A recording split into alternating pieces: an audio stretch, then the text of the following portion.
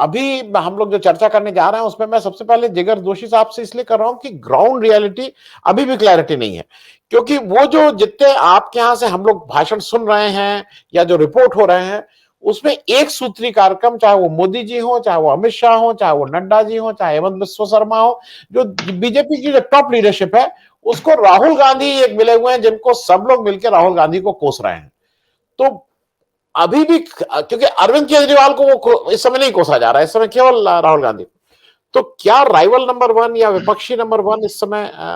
BJP tactically जानबूझ के कांग्रेस को आगे कर रही है, या जैसा हम लोगों को लग रहा है कि आम आदमी पार्टी जो बहुत तेजी से बढ़ी थी वो थोड़ी उसकी जमीन खिसकी है? जगत दोषी साहब, आपसे जरा इसको समझ लें और उसके बाद आप बाकी लोगों का व्यू ले जी लेंगे। जी जी जी, बिल्कुल बिल्कुल सर, आपने अपनी प्रस्तावना में जो बताया और हम लोग सब हमेशा जो डिबेट्स में बोलते हैं वही बिल्कुल ये परिप्रेक्ष्य में देखा जा रहा है। क्योंकि जब 6 महीने पहले आम आदमी पार्टी ने जो प्रचार प्रसार शुरू किया था और वो शुरू करने के बाद गुजरात में इतने जबरदस्त रैलियां की, बहुत सारे रोड शोज किए, हर एक वॉल पेंटिंग तक उन्होंने कलर कर दी आम आदमी पार्टी के नाम से, केजरीवाल जी के नाम से। और बहुत सारे स्टार प्रचारक आए, उनके पंजाब के सीएम आए, यहाँ भी उन्होंने संगठन का पूरा क्षेत्र जो विस्तार करना था वो भी किया, लोकल नेता खड़े किए और बहुत सारी ये हवा जो हुई, उस हवा के अंदर पिछले 3-4 महीनों में गुजरात में भी काफी बड़े नाम उनके उनके साथ जुड़ गए। तो ये भी हुआ है कि उनके साथ काफी अच्छे बड़े नाम जो थे, जो दूसरे पार्टियों में थे या फिर अलग अपना संगठन, पाटीदार या पटेल समाज का संगठन चला, वो सभी लोग जुड़े उनके साथ, ये सब कुछ हुआ। उसके बाद अभी अगर जैसे ये जो हमारा शीर्षक है डिबेट का, उसके परिप्रेक्ष्य में हम देखें तो ये हवा निकल गई, ये इस हम उसको हम इस तरीके से मान सकते हैं कि अब धीरे धीरे धीरे पिछले 6 महीने का अगर हम एक टोटल देखें तो आम आदमी पार्टी का कंप्लीट फोकस आज की तारीख में अब बिल्कुल सौराष्ट्र में, सूरत में और कुछ ट्राइबल इलाकों में ज्यादा रह गया है। बाकी जगह पर उनके उम्मीदवार का नाम तक बहुत सारे लोगों को पता नहीं है। सौराष्ट्र में इसलिए क्योंकि लास्ट टाइम कांग्रेस की 30 सीटें थी और वो उन्हीं के सामने ये लोग ज्यादा फाइट कर रहे हैं, ऐसी भी बात सुनने में आ रही है। सूरत में हालांकि उनके बहुत 4 या 5 बड़े बड़े उम्मीदवार रखे उन्होंने, जो लोकप्रिय बहुत है, वहां के पाटीदार समाज के भी है, तो सूरत में वो बीजेपी को टफ फाइट दे रही है। और ट्राइबल इलाकों में उन्होंने पहले बीटीपी से एक संगठन किया था, अपना एक एग्रीमेंट किया था, मतलब एक जोड़ किया था, वो बाद में टूट भी गया, पर फिर भी आदिवासी बेल्ट में उन्होंने एंट्री करने में थोड़ी बहुत कामयाबी जरूर पाई। तो बाकी के जो क्षेत्र है वहां पर इतना फोकस वो नहीं कर पाई, इस वजह से थोड़ी पिछड़ती हुई हमें ये दिख रही है कि आम आदमी पार्टी की जो भी रणनीति थी वो थोड़ी पिछड़ी है। बात नंबर एक। अब दूसरी बात जो आपने बताई, राहुल गांधी जी ही सबके ये बीजेपी के मेन राइवल है या किस तरीके से वो उन्हें प्रोजेक्ट कर रहे हैं,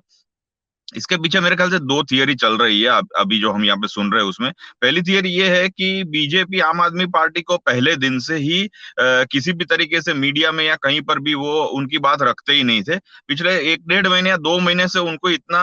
मतलब जिसे कहते हैं ना,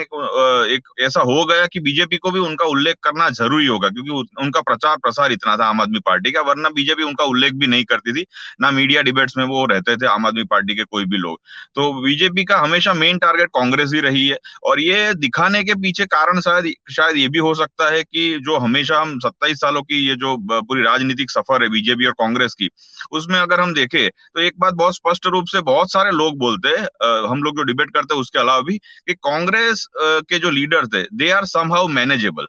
तो ये जो समहाउ मैनेजेबल है वो उस वजह से हमेशा बीजेपी को सॉफ्ट टारगेट कांग्रेस लगती है, क्योंकि कांग्रेस को तो हैंडल कर लेंगे, आम आदमी पार्टी शायद उनसे इतना ज्यादा हैंडल नहीं हुई। अब तीसरी थियरी ये भी चल रही है कि शायद आम आदमी पार्टी बैकडोर ड्रिवन बीजेपी की तरफ से ये जो कांग्रेस के वोट खत्म करने आई है सौराष्ट्र में और ट्राइबल बेल्ट्स में। तो ये तीनों थियरी के अंदर देखे तो उसके सामने एक चौथा जो पॉइंट आके खड़ा रहता है वो ये है एमसीडी का इलेक्शन। अब एमसीडी का इलेक्शन ऐसे एंड मोमेंट पर आके खड़ा हुआ है। अब उसे हम इत्तेफाक समझे या फिर राजनीति समझे, वो बड़े लोग ही जानते हैं, बड़े नेता ही जानते हैं, पर ये बात बिल्कुल स्पष्ट है कि ये सारी जो कवायद हुई उसमें दो बात स्पष्ट रूप से निकल के आई है। एक तो कांग्रेस के वोट कमजोर होना या करना, और दूसरी बात आम आदमी पार्टी ने जो शुरुआत से अपना प्रचार प्रसार किया था उसका थोड़ा बहुत कम होना, और लोगों को भी शायद ये समझ में आना कि वो जितना वो गारंटी या प्रचार प्रसार कर रहे थे उसमें हमको भी एक बार सोचने की जरूरत है। बिल्कुल आंख बंद करके भरोसा नहीं करना चाहिए, चाहे कोई भी नए लोग हो। हाँ, कहीं ना कहीं उन्हें वोट जरूर मिलेंगे,